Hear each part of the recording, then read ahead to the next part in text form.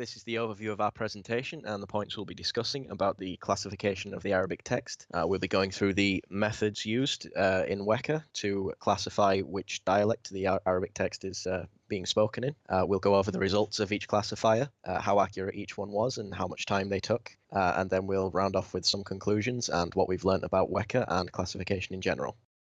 The two data files we have worked with are task2, task2.arf, and task2, train2.arf. As far as we can tell, they seem to be text files containing the Arabic language for WEKA classification, containing text and class.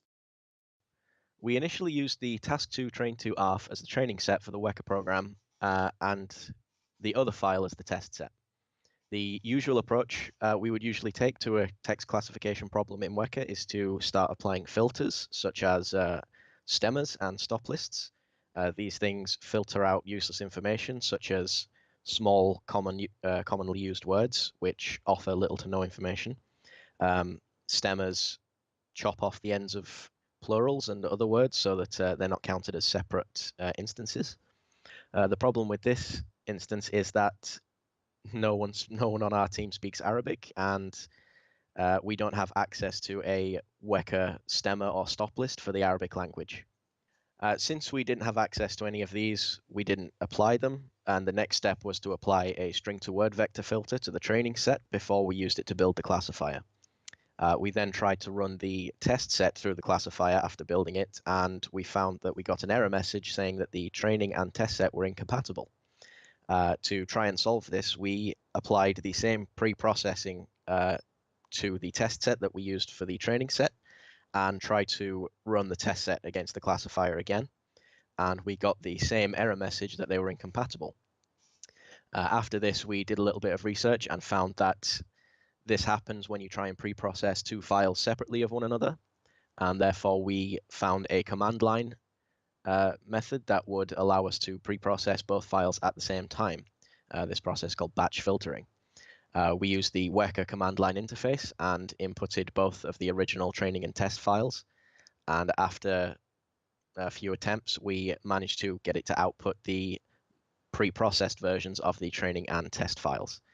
When we tried to build the classifier with these and then run the modified test file through that classifier, it worked perfectly. The first classifier we used was 0R. 0R is a classifier used to determine a baseline accuracy for comparison reasons. The rest of our classifications will use this baseline to determine how successful they are. As you can see from the graph, 0R resulted in a baseline of 22.3% accuracy. SMO was the next classifier we tried. It was the most accurate classifier, coming in at about 38.8% accuracy. It was quite slow, taking over 2 minutes to display its results on the screen.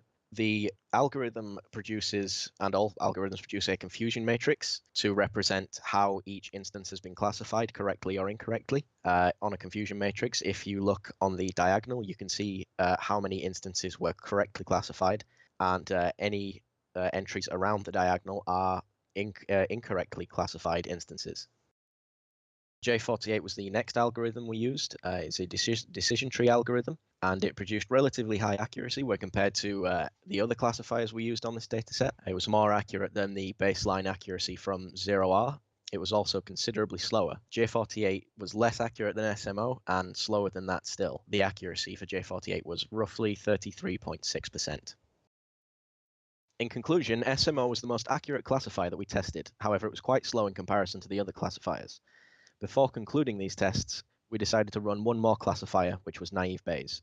The results of this test were surprising because it gave similar accuracy to SMO, but at a fraction of the time required to complete its calculations. The accuracy of naive Bayes was 38.3% roughly. Looking back on these tests, we realized that while SMO was technically the most accurate classifier, naive Bayes was a justifiable alternative because it produced similar results in significantly less time. What we can extract from this is that in general, if you want less accuracy in exchange for a quicker runtime, then it might be worth using something like naive Bayes, which takes a lot less time to produce results. However, if accuracy is a priority and time doesn't matter, then you are better off going with a slower but slightly more accurate classifier like SMO was.